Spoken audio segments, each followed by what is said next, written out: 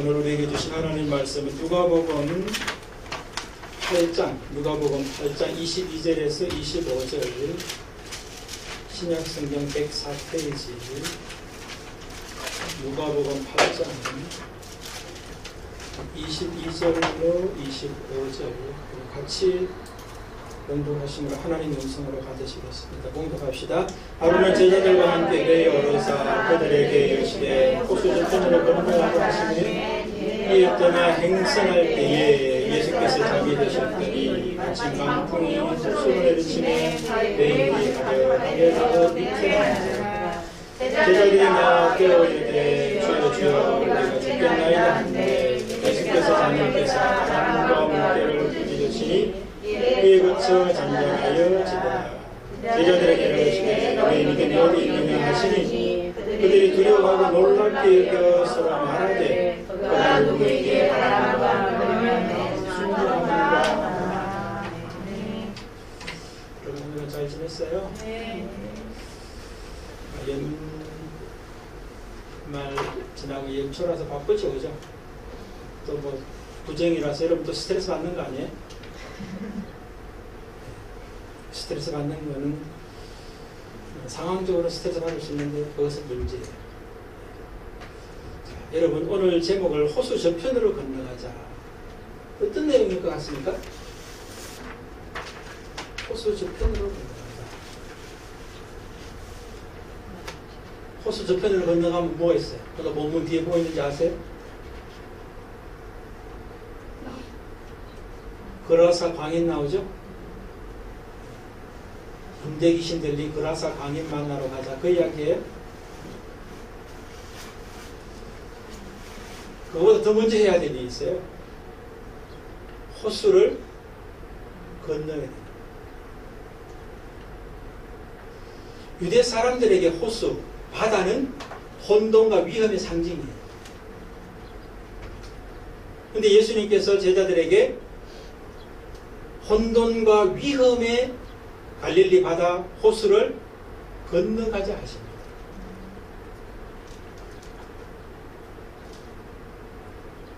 제자들은 위험이 있다면 가고 싶지 않았겠죠. 그런데 예수님이 일부러 호수, 위험과 혼돈이 있는 곳을 지나서 가자고 이야기하십니다. 여기 보면은 건너가다라고 하는 말 뜻이 보면은 바로 지나서 통과하여 무엇을 통하여 이런 뜻이에요. 건너가다라는 말의 원어 자체가 건너가니까 여기서 그냥 저쪽에 가면 되는 게 아니라 통과하여 지나서 가자 하는 말이 있다는 거예요. 근데 호수는 뭐라는 거예요? 혼돈과 위험의 상징이 바로 유대인들의 이해였어요.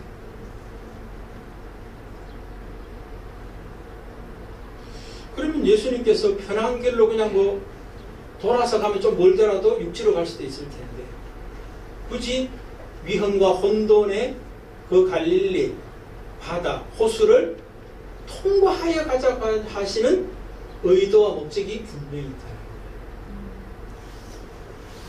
근데 거기에 어떤 일이 있어요? 그냥 평탄하게 갔으면 또 그나마 제자들 중에는 어부들이 많으니까 노를 져서 가는데 뭐 별 무리 없어서 갈 수 있는데 그날 따라서 광풍이 불어요. 광풍이 뭡니까? 미친 바람 아니에요, 그죠? 미친 바람이 부니까 타고 있는 사람은 미치는 거지. 그렇지 않겠어요? 근데 여러분들이 잘 알다시피 갈릴리 그 바다는 지중해보다 200m가 낮다고 그럽니다. 그리고 그 주변의 계곡으로부터 바람이 불어오면 갑자기 돌풍이 불어서 파도가 있고 그러니까 언제 어떤 일이 날지 모르는 자리가 바로 갈릴리입니다. 여러분 우리 인생에 있어서도 마찬가지 아니에요? 공동체에 있어도 마찬가지고 국가에서도 마찬가지예요. 언제 어떤 일이 날지 아무도 몰라요. 여러분 한 그 뭐 3년 전에 지나가는데 코로나 올 거라고 누가 생각했어요? 갑자기 일어나는 거예요.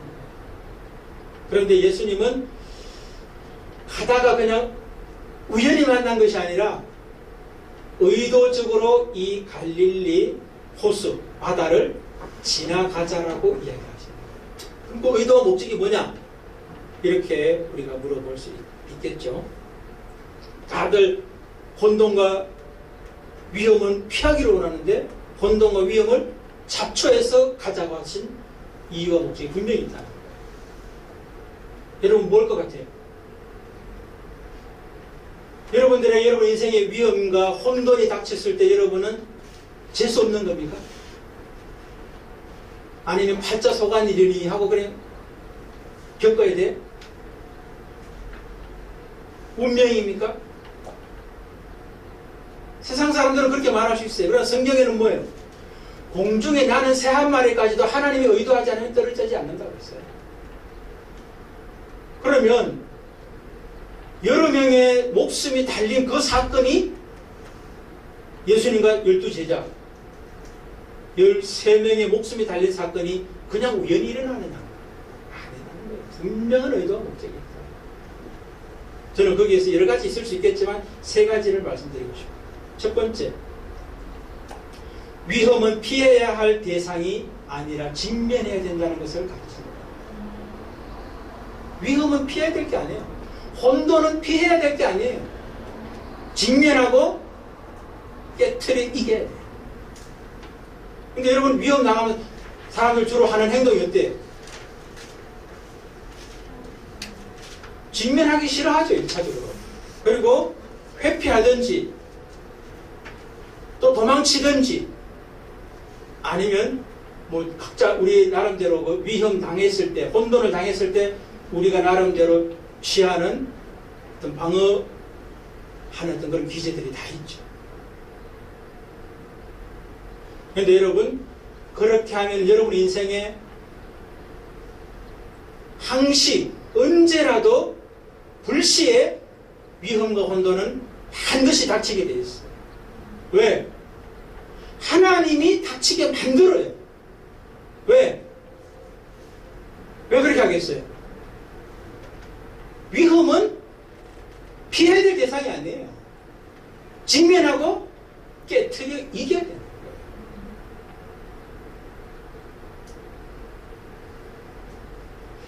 여러분 골리앗하고 이제 싸웠던 다윗과 사울 이야기 아시죠? 골리앗 혹시 이름 뜻이 뭔지 알아요? 아주 재밌더라고요. 나중에 이제 저도 보니까. 우리가 이제 골리앗 하면 막 힘쓴 장군 이야기만 생각하는데 골리앗의 이름 뜻이 있어요. 그게 바로 포로의 뜻이에요. 골리앗 뜻이 포로라는 거예요. 우리가 인생을 살아갈 때 포로 됨의 자리라든지 포로 되게 하는 자리에 직면할 수 있죠. 골리앗 앞에 사울은 뭐가 됐어요? 자기가 포로가 되어버렸어요. 골리앗 이름이 포로인데 골리앗 앞에서 자기가 포로가 됐어요. 사울은. 근데 다윗은 어때요? 골리앗을 포로 만들어버렸어요. 포로로 만들 뿐만 아니라 그를 깨트려 죽여버렸어요. 오늘 예수님의 모습 보십시오. 풍랑이는 그 바다에서 제자들은 포로가 되어버렸어요.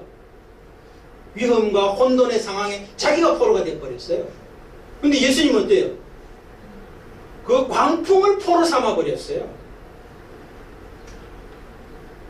그러니까 풍랑이 일어서 파도가 쳐가지고 물이 배로 들어오잖아요. 근데 주무셔. 저는 좀 잡기가 예민한 편인데요. 여러분들 배가 뭐 어디 뭐 항공모함도 아니잖아요. 13명 겨우 타고 갈 정도의 배에 물이 들어와서 파도가 쳐가지고 거기에 얼굴이라든가 옷에 한물 치면은 다 일어나지 않아요? 아니 파도 치기 전에 흔들리기만 해도 다 깨게 돼 있어요. 근데 예수님은 주무셔. 근데 언제까지 주무세요? 가득할 때까지도 아니에요. 제자들이 깨울 때 일어나요. 가득할 때는 뭐예요? 제자들이 죽겠다고 난리칠 때죠. 그리고 난 다음에 그때도 안 일어나. 예수님은 깨우니까 일어나는 거예요. 자, 우리의 인생에 혼돈과 위험의 상황, 피하거나 거절하거나 도망치는 사람이 되면은 안 되고 직면해서 깨트려 이겨야 한다는 것을 예수님이 제자들에게 말씀합니다. 저는 여러분들을 축복합니다. 여러분들의 인생을 살아갈 때 포로 삼으려고 하는 골리앗이 찾아올 거예요.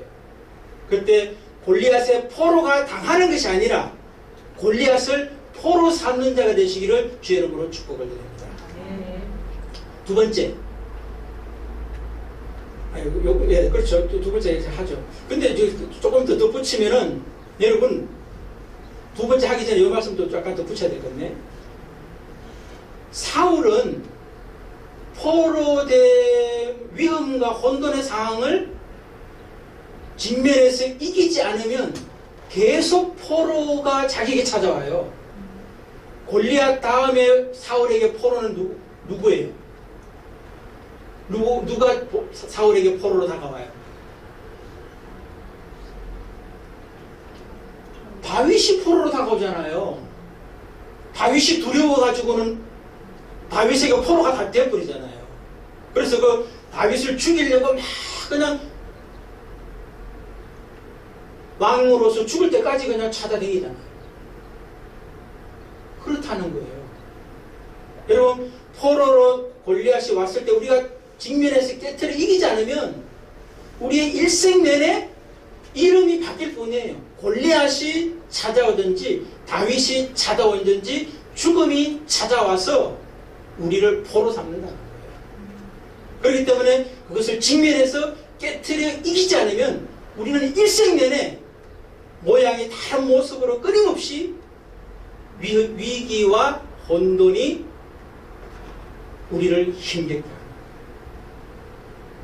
근데 또 더 문제는 뭐냐면은 이렇게 직면해서 이기지 못한 사람은 자기도 힘들죠. 그죠? 사울 자기도 힘들어요. 다윗 쫓아가서 죽이려고 얼마나 힘들겠어요. 근데 또 하나 특징이 있어요. 자기만 힘든 게 아니야. 다른 사람들 힘들게 만들어요. 포로 된 사람은 다른 사람들 자꾸 포로됨의 자리로 만든다고. 여러분 1차 사울의 군대 어떻게 했어요? 아니 자기 사위고 자기 딸까지 줘가지고 그렇게 총에 해놔놓고는 하루아침에 그냥 돌변해가지고는 죽이려고 쫓아다니고 있다는 거예요. 그러니까 그만큼 자기 자신의 포로됨이지. 이 사람은 포로됨에 살아서 계속 일생 쫓기다가 그냥 죽는 거예요. 여러분 그렇게 살고 싶어요? 그러니까 위험이 닥치면은 자꾸 도망치거나 회피하거나 그러면은 여러분 일생 내내 도망치고 회피하다가 그냥 죽는 거예요. 작은 거든 크든 부딪혀서 이겨야 돼요. 그렇게 되시기를 주의 이름으로 축복합니다. 아멘. 두 번째 제가 또 이야기할게요. 왜 그럼 예수님께서 이렇게 그 위험과 혼돈의 그 갈릴리 호수를 굳이 통과해서 가자고 하느냐? 제자들의 현실을 직시하기 위해서. 자기가 어떤 존재인지 실존을 직시하게 하는 거예요. 예수님을 따라다니니까 자기들이 뭐예요? 다른 사람보다 뭔가 좀 우쭐하고 잘난 줄 알고 어깨 힘이 들어갔어요. 우리 오늘 사건 앞에 보면은 뭐 나인성 가부도 살리고 가부의 아들도 살리고 또 여러 가지 많은 사건들 행합니다. 백부장의 종도 치료하고 여러 가지 사건들이 있어요. 그러니까 제자들이 어떻게 되기가 쉬우냐면은 자기가 잘난 줄 알아요. 여러분들 군대에 지휘관이 있으면 그 지휘관과 이제 높은 지휘관이라면 보좌관이 있죠. 그죠? 그럼 이제 지휘관과 보좌관이 같이 가면은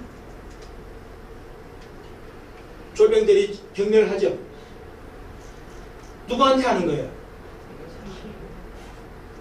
근데 어리석은 인간은 그 보좌관은 지한테 하는 줄 아는 거예요.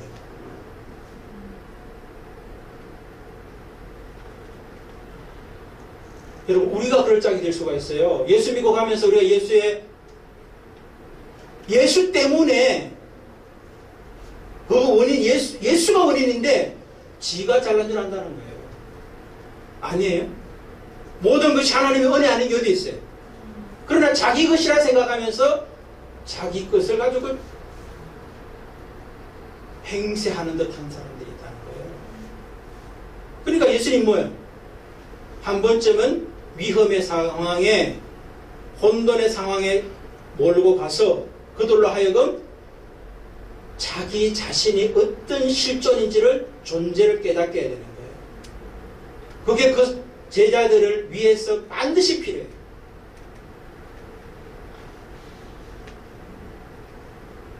그래서 제자들의 실존은 어땠습니까? 그러면요?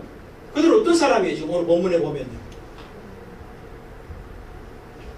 한마디로 말하면 불신앙과 두려움에 빠져있는 사람이에요. 그리고 다른 마태복음이나 마가복음에 보면 오늘 이 사건을 다르게 보면 예수님과 원망하는 듯한 이야기도 나와요. 예수님이 누구에 대한 불신앙이 예수님을 원망하는 모습으로 나와요. 그래서 제자들이 자기가 잘난 줄 알았는데 자기가 잘난 것이 아니라 자기는 불신앙의 존재고 위험에 직면하면은 두려워할 수밖에 없는 존재라고 하는 것을 명확하게 가르쳐 주는 거예요. 근데 그게 은혜인 거예요. 자기가 잘난 줄 알고 예수의 은혜로 사는데 자기가 잘난 줄 알고 끄떡끄떡거리면 그게 불행인 거예요. 그래서 그것을 깨트려 주는 거예요. 직면하는 거예요. 아, 나는 예수 아니면 불신앙적 존재고 두려움에 빠질 수밖에 없는 그런 존재라고 하는 것을 명확하게 가르쳐 주는 거예요.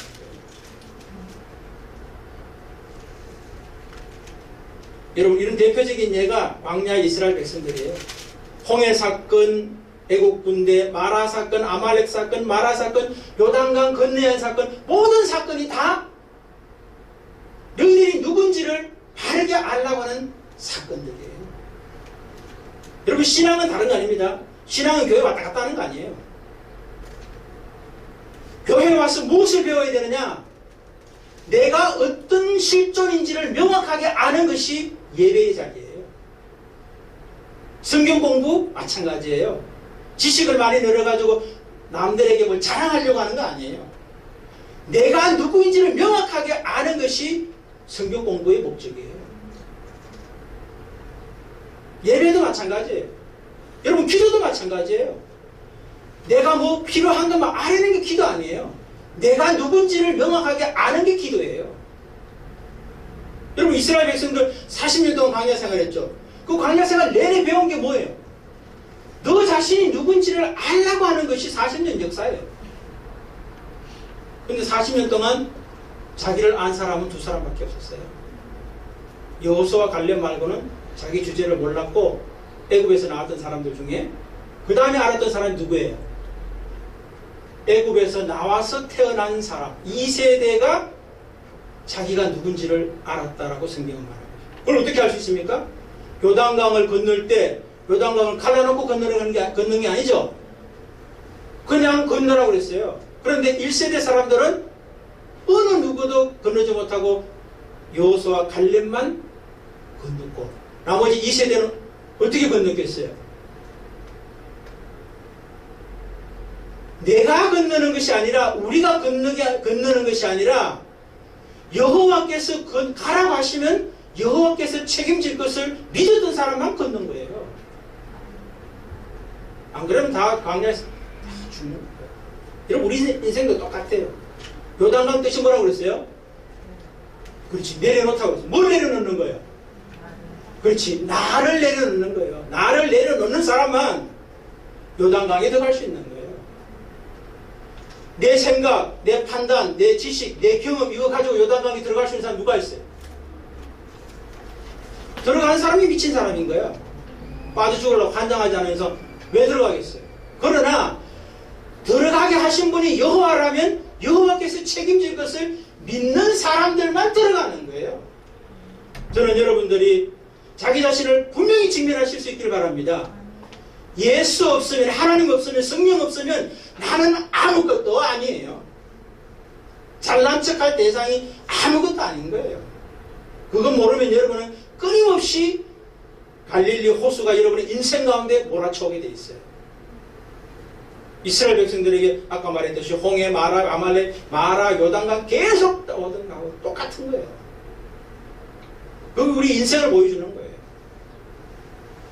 그래서 예수님께서는 내가 누구인지를 가르치기 위해서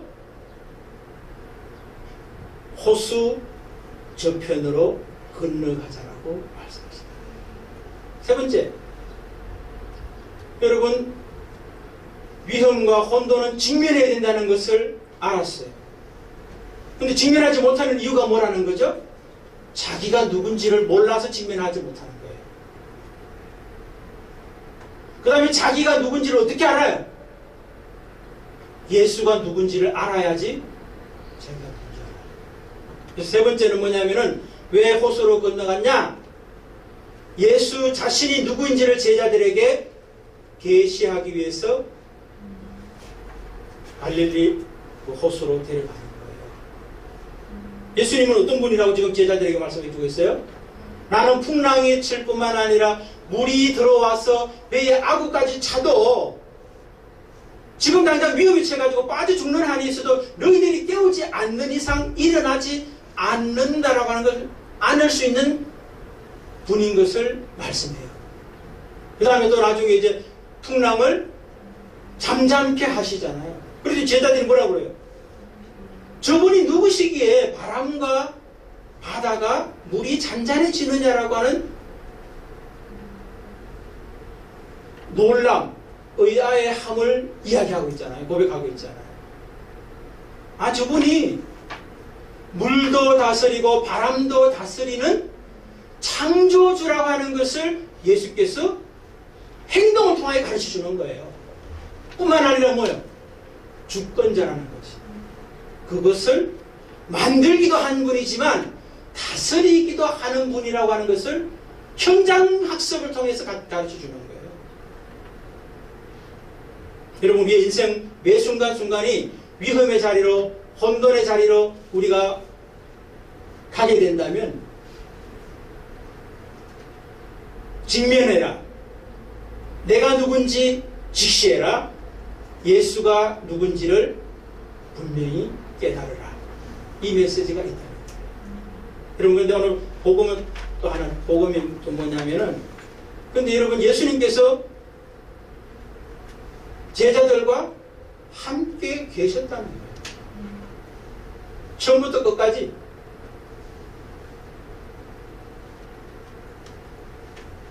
여러분, 우리 모든 삶의 현재 속에 예수님이 우리와 함께 계신 것을 믿으시길 바랍니다. 아멘. 함께 계세요. 내가 그 예수를 함께 계시다는 것만 알지 그분이 나에게 어떤 분이고 나는 누구고 그분이 왜 호수로 이끌어 가시는지를 알지 못하니까 혼돈 속에 빠져서 포로가 댐에 빠져가지고 허우적거리고 한다는 거예요.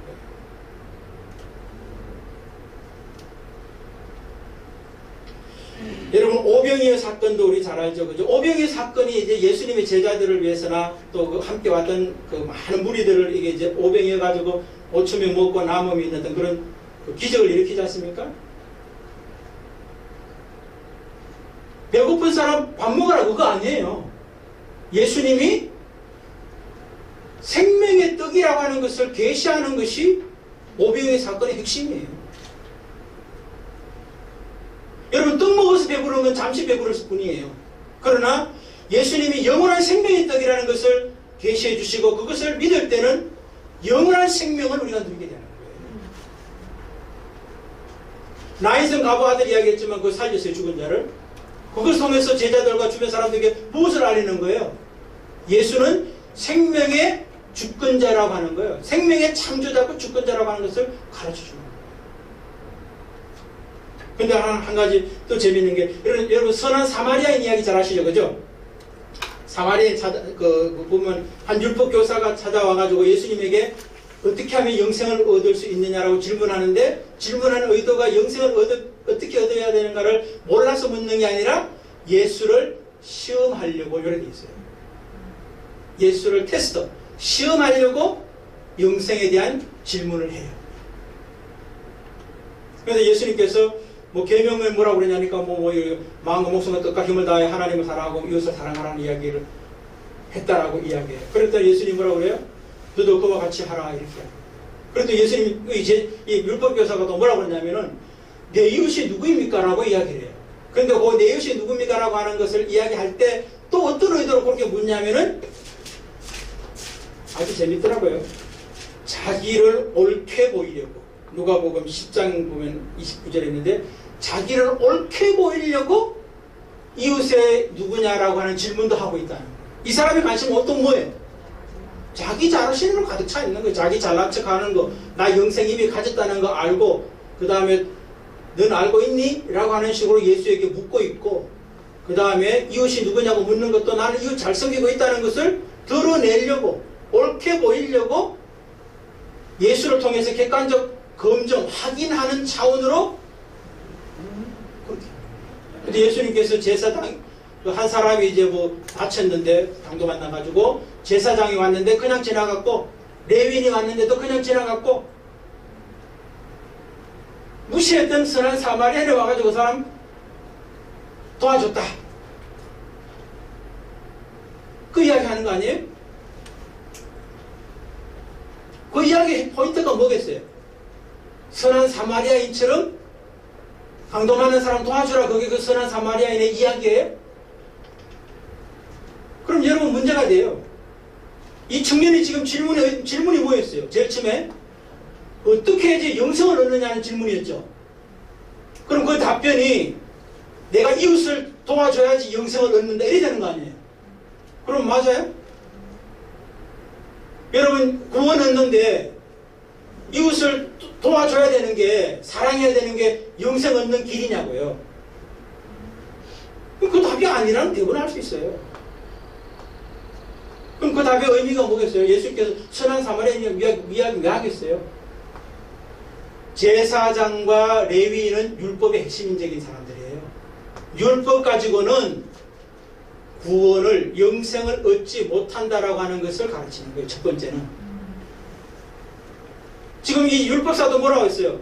어떻게 하여야 영생을 얻겠습니까? 라고 질문했어요. 무엇을 해야 된다? 율법을 지켜야지 영생을 얻는 줄 생각하면서 온 사람이에요.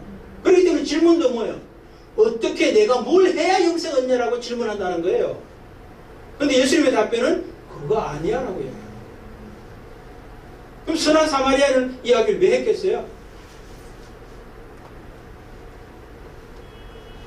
바로 강도 만난 이 사람이 바로 너야 이야기하고 있는 거예요. 두 번째는 강도 만난 사람이 율법 교사 네가 바로 강도 만난 사람이야 그 이야기를 하고 있다는 거예요. 세 번째는 뭐예요? 너에게 필요한 것은 선한 사마리아인인데 선한 사마리아인이 바로 내가 선한 사마리아인이야 라고 이야기한다는 거예요. 예수님 자신이 선한 사마리아인이라는 이야기를 지금 하고 있는 거예요. 네가 진짜 영생을 얻기를 원하느냐? 너에게 필요한 것은 율법을 행해서 있는 게 아니라 선한 사마리아인으로 오신 예수가 너에게 영생을 주는 자라고 하는 것을 가르치는 게 선한 사마리아인의 이야기라는 거예요. 그런데 여러분 제가 말씀드리려고 하는 게 뭐예요? 이 율법교사가 예수에게 와서 고분고분하는 것도 아니고 뭐예요? 시험하려고 그러고 지가 잘난 척하고 있는 그런 인간에게도 예수님은 함께 하시면서 자기를 계시해 주시면서 예수가 누군지 말씀해 주시고 네가 누군지를 알라고 지금 말씀해 주시고 있다는 거예요.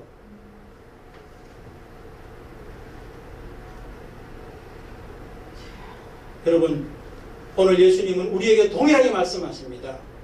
호수 저편으로 건너가자. 그 이야기, 그 말씀에 응답하시기를 주의 이름으로 축복을 드립니다. 아멘.